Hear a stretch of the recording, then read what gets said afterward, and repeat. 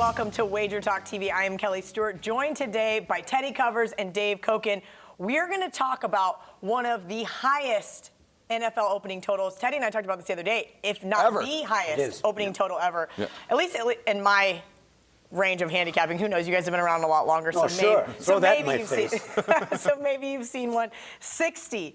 New Orleans Saints versus the Los Angeles Rams, a 60. And I know both of you guys have an opinion here on the total. And this won't be the highest total of the year, because that's going to be the game in Mexico City. Kansas City. What do Yeah. you think, 62 maybe? Maybe. But, I mean, the markets are real reluctant with these totals in the 60 Well, range. because what happens is the numbers guys, and I'm going to kind of side with them here, even though this will not make my card, okay? I don't do NFL totals for the most part anyway, because I suck at them, and I prefer to stay with sides. But this total is so high, the numbers guys are going to play the under in this football game.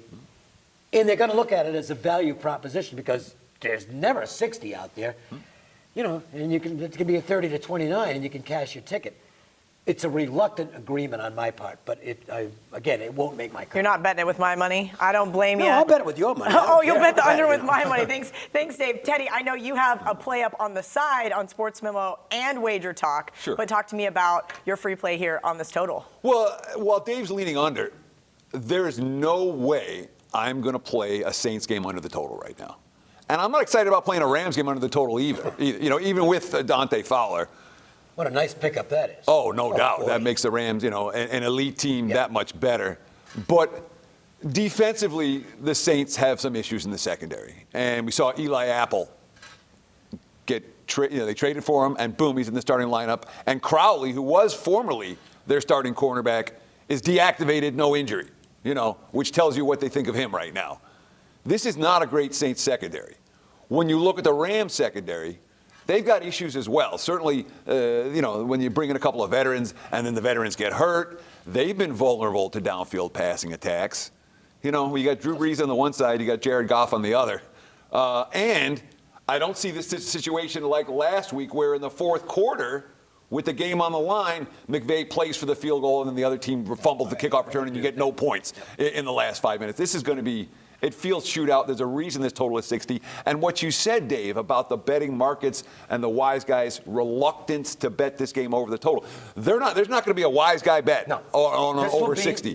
This total will be bet down before kickoff. No rush. Yeah, so wait. So if you're going to bet the over, just hang out and wait till Sunday. I wouldn't wait until right before kickoff. Wait, because the public is going to bet the over in this game. So you could see some late swing there. But, it's one thing, just to bring this up, just because the sharp guys, the numbers guys, the so-called sharps in quotes, they don't bet sides, they bet or teams, they bet totals, or numbers, I should say. That came out real good.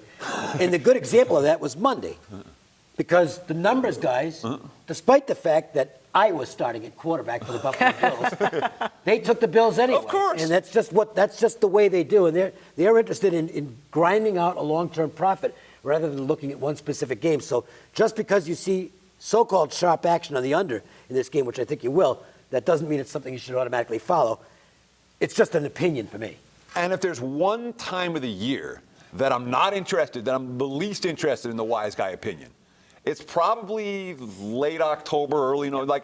The public has success beating the NFL at this time of year in the way the wise guys don't. And we've seen it the past couple weeks. And you see it year in, year out, that the stat guys, late October, early November, they get turned around.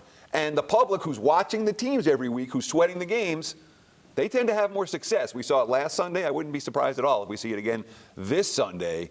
It's not all wise guys all the time when it comes to the 17-week Teddy, I don't know if I can NFL handle season. another 2 and 3 weeks. 3 weeks in a row is enough for my heart. So just go square. Just be totally square. And then that's the week I go I had a square card last week, and I went 3-0. Hey, there you go. All right, guys, head over to Sports Memo and Wager Talk. Get Teddy's play on this one. Make sure you guys didn't give me those plays.